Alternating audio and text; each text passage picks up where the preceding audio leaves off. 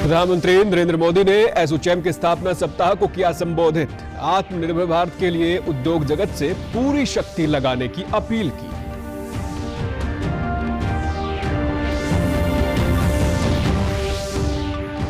SYL पानी के मुद्दे को लेकर आज प्रदेश में भाजपा नेताओं ने किया उपवास। पंजाब से हरियाणा के हिस्से का पानी देने की मांग की।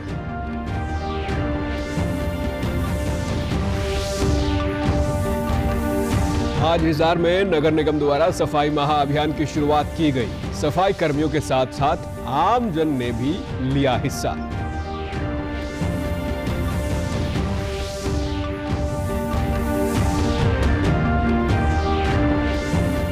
और स्वास्थ्य मंत्रालय ने कहा, कोविड-19 का टीका लगवाना होगा स्वैच्छिक। लोगों को वैक्सीन मुहैया करवाने की तैयारी में जुटी सरकार। नमस्कार, मैं सुरेंद्र कुमार। अब समाचार विस्तार से। प्रधानमंत्री नरेंद्र मोदी ने आज वाणिज्य संगठन एसोचैम के स्थापना सप्ताह को वर्चुअल माध्यम से संबोधित किया। वैश्विक स्तर पर और विभिन्न सेक्टरों में भारत की प्रगति को रेखांकित करते हुए प्रधानमंत्री ने कहा कि भारत ऐसे रास्ते पर आगे बढ़ रहा है जहां लोग अब ये कहने लगे हैं भारत क्यों नहीं, जबकि पहले कहते थे भारत क्यों। उन्होंने उद्योग और व्यवसाय जगत का आह्वान किया कि वो आने वाले वर्षों में आत्मनिर्भर भारत के लिए अपनी पूरी शक्ति लगाएं। यहां जो परिस्थितियां थी उसके बाद कहा जाने लगा था वाई इंडिया। अब जो रिफॉर्म्स देश में हुए हैं उनका जो प्रभाव दिखा है उसके बाद कहा जा रहा है वाई नॉट इंडिया। प्रधानमंत्री ने इस मौके पर उद्योगपति रतन टाटा को ASSOCHAM enterprise of the century award से भी सम्मानित किया। रतन टाटा ने टाटा समूह की ओर से यह पुरस्कार ग्रहण किया। एसोचैम की स्थापना देश के सभी क्षेत्रों के प्रवर्तक चैंबरों ने 1920 में की थी। इसके तहत 400 से अधिक चैंबर और व्यापार संघ आते हैं। देश भर में इसके सदस्यों की संख्या 4.5 लाख से अधिक है। बीते 100 सालों में आप सभी देश की इकोनॉमी को, करोड़ों भारतीयों के जीवन को बेहतर बनाने में जुटे हैं। यही बात श्रीमान रतन टाटा जी के लिए, पूरे टाटा समूह के लिए भी उतनी ही सही है। भारत के विकास में टाटा परिवार का, टाटा समूह का, उनके योगदान के लिए उन्हें आज यहां सम्मानित भी किया गया है। टाटा ग्रुप की देश के विकास में बड़ी भूमिका रही है। प्रधानमंत्री ने कृषि सुधारों को लेकर फैलाए जा रहे भ्रम के बीच अपने ट्विटर अकाउंट पर नमो ऐप का लिंक साझा किया है, जिसमें कृषि सुधारों को लेकर ग्राफिक्स और बुकलेट सहित अन्य बहुत सी सामग्रियों के जरिए जानकारी दी गई है।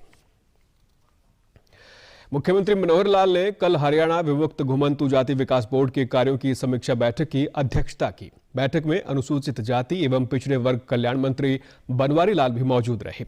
मुख्यमंत्री ने संबंधित अधिकारियों को निर्देश दिए हैं कि हाउसिंग फॉर ऑल विभाग के तहत आश्रय रहित विमुक्त घुमंतु जाति के पात्र लाभार्थियों को घर प्रदान करने की प्रक्रिया में तेजी लाई जाए।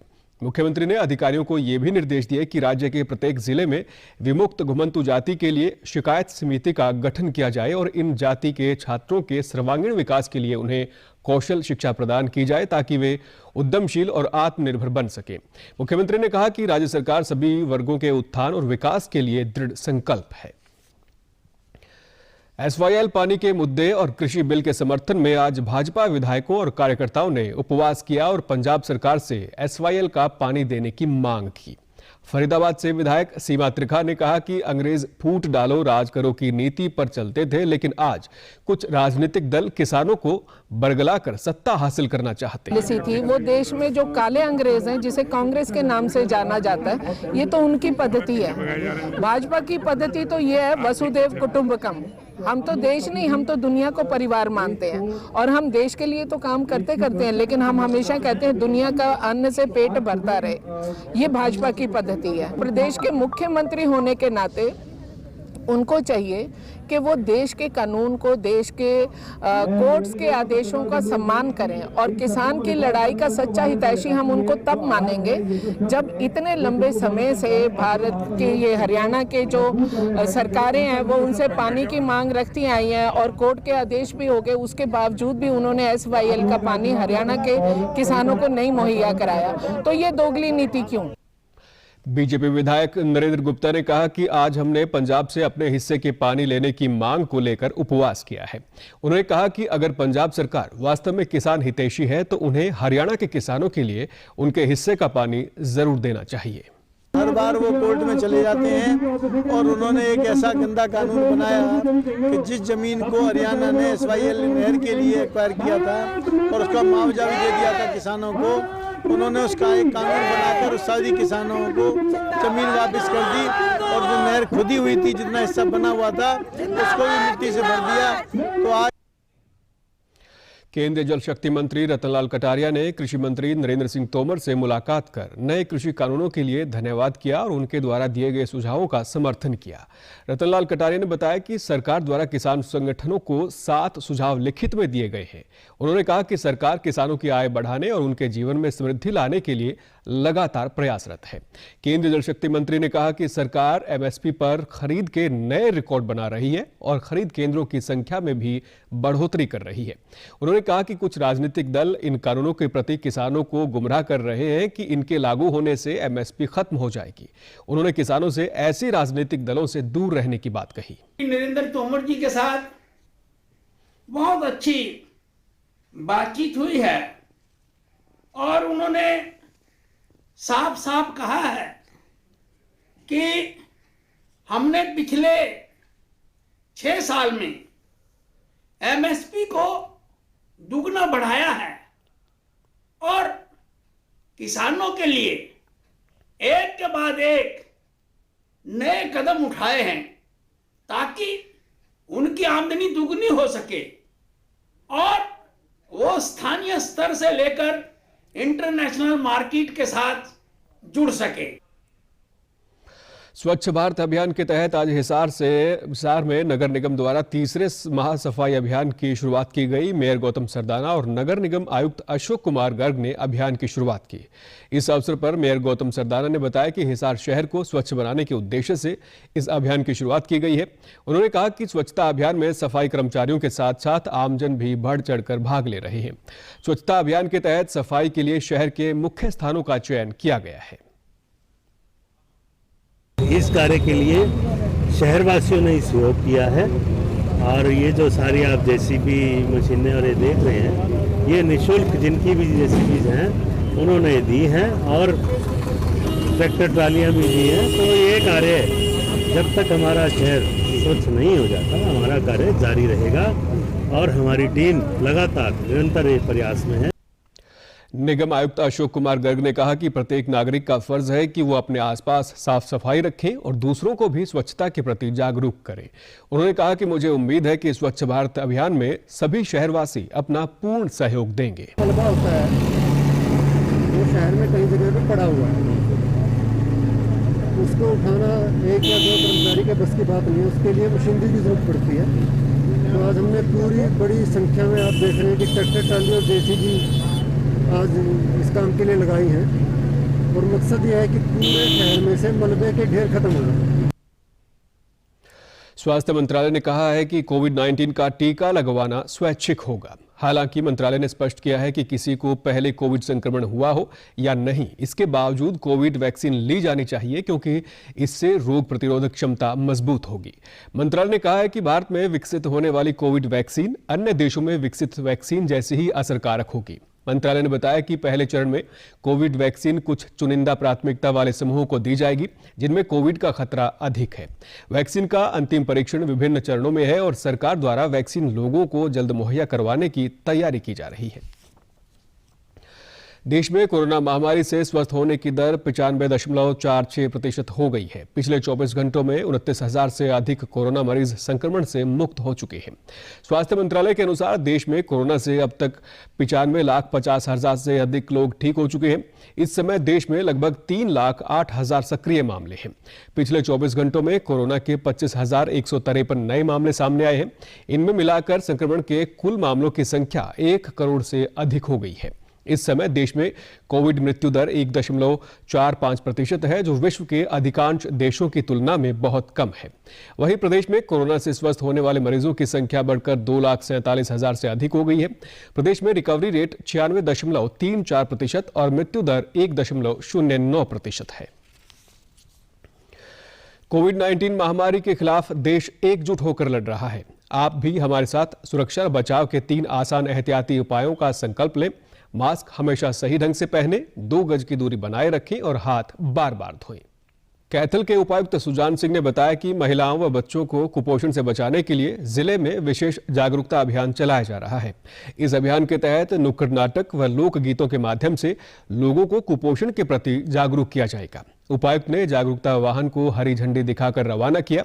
इस अवसर पर उपायुक्त ने कहा कि कुपोषण से बचने के लिए महिलाएं व बच्चे अपने आहार पर विशेष ध्यान दें और अपनी दिनचर्या में पौष्टिक आहार जरूर शामिल करें। उन्होंने बताया कि इस अभियान के तहत 196 गांवों में लोगों को कुपोषण के बारे में जागरूक किया जाएगा।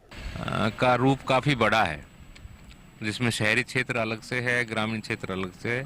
तो हम अगले इस अभियान के दौरान उन सभी गांवों को, सभी जो शहरी क्षेत्र हैं उनको कवर करेंगे और लोगों को नुक्कड़ नाटिका के माध्यम से, गीत के माध्यम से, शपथ के माध्यम से ये बताने की कोशिश करेंगे कि अगर कुपोषण के लक्षण क्या हैं, कुपोषण के लक्षण अगर इस आपको दिखाई देते हैं तो आपने क्या करना है, आपने खाने में किन चीज़ों का ध्यान रखना है, आपकी पर्सनल हाइजीन में क्या ध्यान रखना है। इस तरह की चीज़ों का हम जागरूकता अभियान इसमें चलाएंगे। प्रदेश से जुड़ी खबरों को विस्तार से जानने के लिए आप हमारे साथ फेसबुक, ट्विटर और यूट्यूब के माध्यम से भी जुड़ सकते हैं। हमसे जुड़ने के लिए आप हमारे सोशल मीडिया हैंडल को फॉलो कर सकते हैं।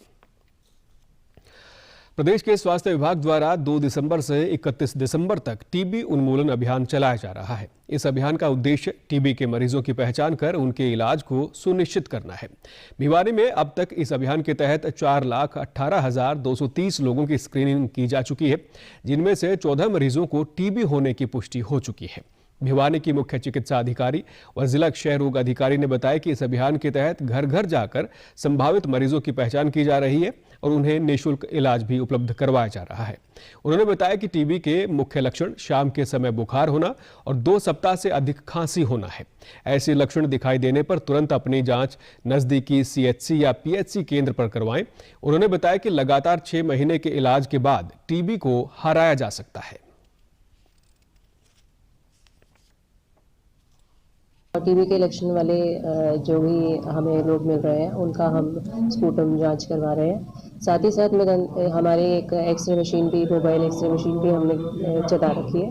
उसके भी स्टेशंस हमने रोस्टर वाइज बना रखे हैं। नज़दीकी CHC PHC पे उनका डे वाइज रोस्टर बना हुआ है, तो वहाँ पे एक्सरे की जाँच भी हो जाती है। जो भी स्पूटम के पेशेंट्स मिलते हैं जिनको खांसी की तकलीफ है या टीबी के लक्षण हैं, जैसे शाम को बुखार आना या खांसी होना लंबे समय तक, वजन घटना, इस तरह की शिकायतें जिसको भी पाई जाती हैं, उसकी हम अच्छे से उसका जांच कर रहे हैं टीबी के चलते। जो अभियान हमारा एक्टिव केस फाइंडिंग का चल रहा था, इस अभियान को हमने 2 दिसंबर को शुरू किया था और आज तक हमने इसमें 4,58,230 लोगों की स्क्रीनिंग की गई है और उसमें से 631 लोगों के लक्षण पाए गए थे जिनकी बालगम की जांच करी है। उसमें से 14 लोगों को हमें टीबी पाई है, जिसका हमने इलाज शुरू कर दिया गया। अंत में इस बुलेटिन के मुख्य समाचार एक बार फिर।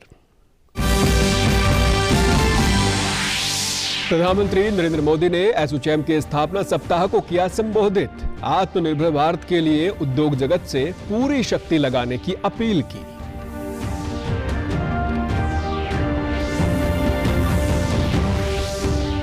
SYL पानी के मुद्दे को लेकर आज प्रदेश में भाजपा नेताओं ने किया उपवास। पंजाब से हरियाणा के हिस्से का पानी देने की मांग की।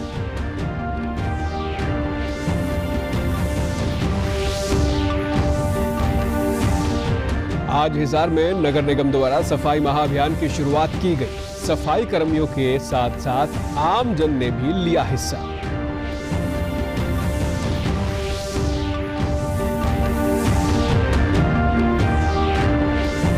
और स्वास्थ्य मंत्रालय ने कहा, कोविड-19 का टीका लगवाना होगा स्वैच्छिक।